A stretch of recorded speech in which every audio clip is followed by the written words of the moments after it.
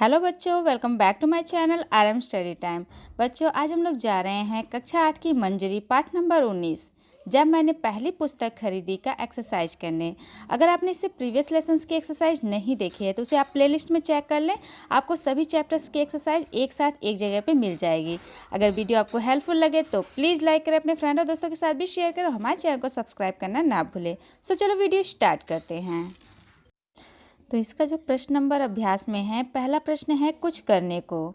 तो प्रश्न नंबर 1 है, आर्य समाज संस्था ने भारतीय समाज में फैली रूढ़ियों एवं आडंबरों को दूर करने का प्रयास किया। वह भारत का नव जागरण काल था। आर्य समाज के अतिरिक्त ब्रह्म समाज, प्रार्थना समाज, थियोसॉफिकल सोसाइटी जैसे अनेक संस्थाओं ने भी समाज में व्याप्त बुराइयों को दूर करने का प्रयास किया था। इन संस्थाओं के संस्थापकों के बारे में जानकारी प्राप्त कीजिए। ठीक है, तो ये जो आर्य समाज और थियोसॉफिकल सोसाइटी जो ये संस्थाएं जिन्होंने बनाई थी उसके बारे में आपको जानकारी प्राप्त करनी है। ठीक है, तो चलते हैं इसके आंसर की तरफ। तो इसका उत्तर है ब्रह्म समाज। ब्रह्म समाज के संस्थापक राजा राम मोहन राय थे। राजा राम मोहन राय अपने समय के विशिष्ट समाज सुधारक थे। उन्हें भारतीय पुनर्जागरण का अग्रदूत और आधुनिक भारत का जनक कहा जाता था। उनका जन्म बंगाल में 22 मई 1772 में एक ब्राह्मण परिवार में हुआ था। उन्होंने बाल विवाह, सती प्रथा, जातिवाद, कर्मकांड, पर्दा प्रथा आदि का भरपूर विरोध किया।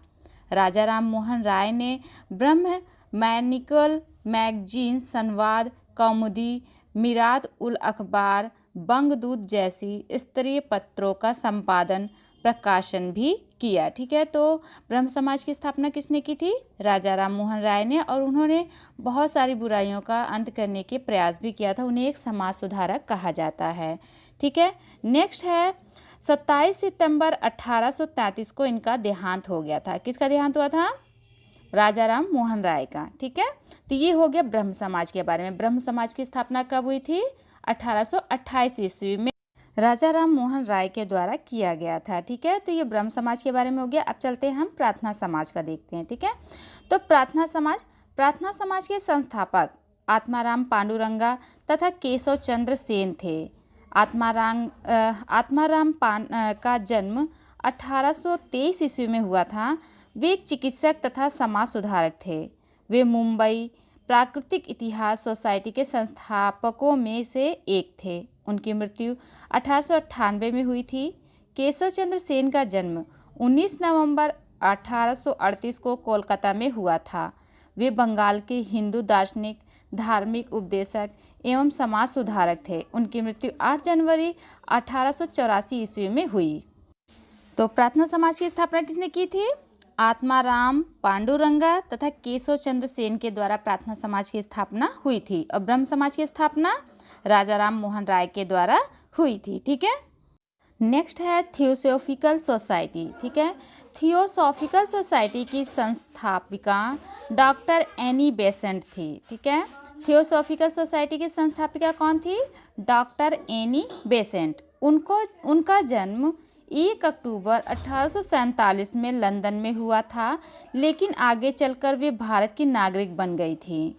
श्रीमती एनी बेसेंट अग्रणी आध्यात्मिक महिला अधिकारों की समर्थक, लेखिका, वक्ता एवं भारत प्रेमी महिला थी। सन 1947 में वे राष्ट्रीय कांग्रेस की अध्यक्ष भी बनी। सितंबर 1916 में उन्होंने होम रूल लीग की स्थापना की थी। 20 सितंबर 1953 को उनकी मृत्यु हो गई थी। ठीक है, तो थियोसॉफिकल सोसाइटी की स्थापना किसने की थी? डॉक्टर एनी बेसेंट ने की थी। ठीक है, चलते हैं नेक्स्ट क्वेश्चन की तरफ। नेक्स्ट क्वेश्चन है, वर्तमान समय में प्रकाशित होने वाली किन्हीं 4 बाल पत्रिकाओं के नाम लिखिए। ठीक है, तो वर्तमान समय में प्रकाशित होने वाली किन्हीं 4 बाल पत्रिकाओं के नाम लिखिए। तो उत्तर इसका है चंपक, नंदन, सुमन सौरभ, बाल भास्कर। ये वर्तमान में भी प्रकाशित हो रही हैं। ठीक है, नेक्स्ट क्वेश्चन आपको स्वयं करना है। नेक्स्ट क्वेश्चन है विचार और कल्पना, वह भी आपको स्वयं करना है। हम चलते हैं संस्मरण से जो प्रश्न पूछे गए हैं उसके बारे में। ठीक है, उसके बारे में देखेंगे। तो इसका प्रश्न नंबर 1 है, बचपन में लेखक के घर कौन कौन सी पत्रिकाएं आती थी? क्वेश्चन क्या है?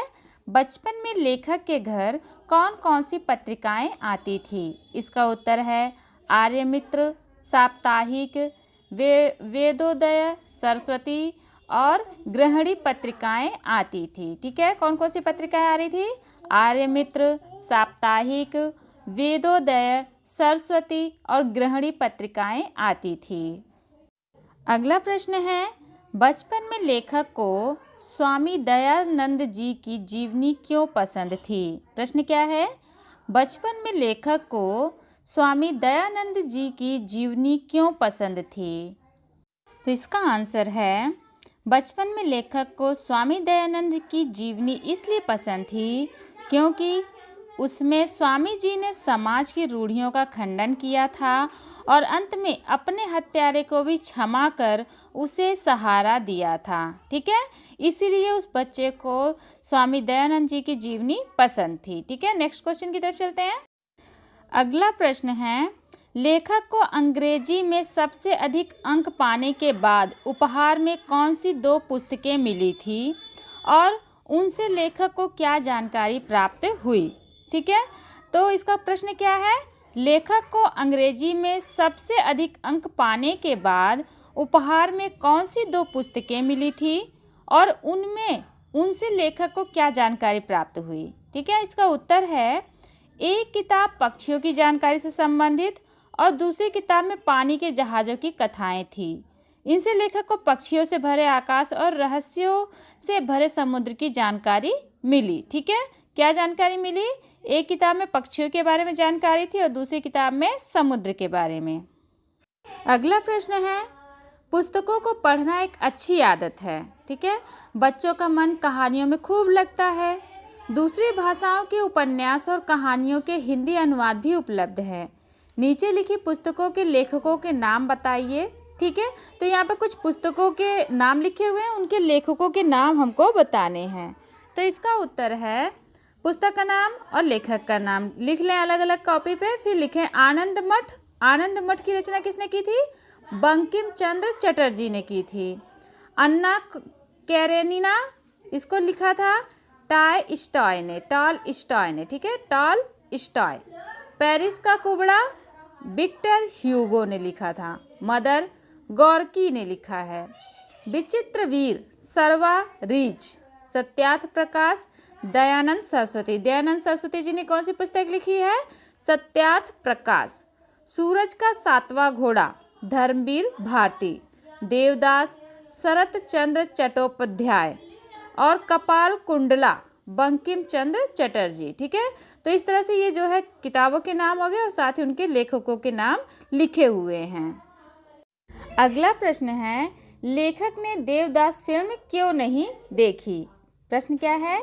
लेखक ने देवदास फिल्म क्यों नहीं देखी? इसका उत्तर है, लेखक ने फिल्म देखने के पीछे से अपनी मनपसंद पुस्तक खरीद ली। ठीक है, उन्होंने अपनी मनपसंद पुस्तक खरीद ली, फिल्म नहीं देखा। इस कारण लेखक ने फिल्म नहीं देखी। ठीक है, अगला प्रश्न है, क्या आपने कोई फिल्म देखी है? कौन सी? उस फिल्म में आपको क्या अच्छा लगा, क्या नहीं? ठीक है, तो इसको आपको स्वयं लिखना है कि आपको आपने कौन सी फिल्म देखी है, तो उसमें आपको क्या अच्छा लगा, क्या खराब लगा, उसको खुद से आपको लिखना है। ठीक है, हम चलते हैं नेक्स्ट क्वेश्चन की तरफ, भाषा की बात। इसमें प्रश्न नंबर 1 है, वेदोदय तथा दुर्गेश शब्द क्रमशः वेद प्लस उदय तथा दुर्गा प्लस ईश की संधि से बने हैं। इसमें अ प्लस ओ हो गया। ठीक है, अ प्लस ओ हो गया, ये क्या है? संधि का एक नियम है। तथा अ प्लस ए हो गया। इसी प्रकार निम्नलिखित शब्दों को संधि विग्रह करें। ठीक है, यहाँ पर कुछ शब्द दिए हैं, उसका संधि विग्रह करना है। जैसे लिखा है वीरोचित। ठीक है, वीर प्लस उचित, इसको जोड़कर वीरोचित बना है। नेक्स्ट है देवोचित, देव प्लस उचित। रमेश, रमा प्लस ईश। सुरेश, सुर प्लस ईश। ठीक है, तो इनको आप जो है संधि विच्छेद इस तरह से कर दें। अगला प्रश्न है, इस पाठ में library, east India theatre, picture आदि अंग्रेजी के शब्द आए हैं। इनके लिए प्रयुक्त होने वाली हिंदी शब्दों को लिखिए। ठीक है, ये सब क्या है? अंग्रेजी के शब्द हैं, इसका हमें हिंदी में लिखना है इसका अर्थ। ठीक है, तो अंग्रेजी का शब्द क्या है? लाइब्रेरी। लाइब्रेरी को हिंदी में क्या कहते हैं? पुस्तकालय। थिएटर, थिएटर को हिंदी में कहते हैं रंगशाला। इंडिया, इंडिया को हिंदी में क्या कहते हैं? भारत। पिक्चर, पिक्चर को हिंदी में क्या कहते हैं? चलचित्र। ठीक है, तो इस तरह से आपको इंग्लिश वर्ड का हिंदी वर्ड लिखना है। अगला प्रश्न है, नीचे कुछ वाक्य दिए गए हैं, इनमें साधारण, संयुक्त तथा मिश्र तीनों प्रकार के वाक्य हैं। उन्हें पहचान कर वाक्यों के सामने उनका नाम लिखना है। ठीक है, तो इसमें कौन कौन से वाक्य हैं? साधारण वाक्य हैं, संयुक्त वाक्य और मिश्र वाक्य। तीनों को पहचान के उनके सामने उनका नाम लिखना है।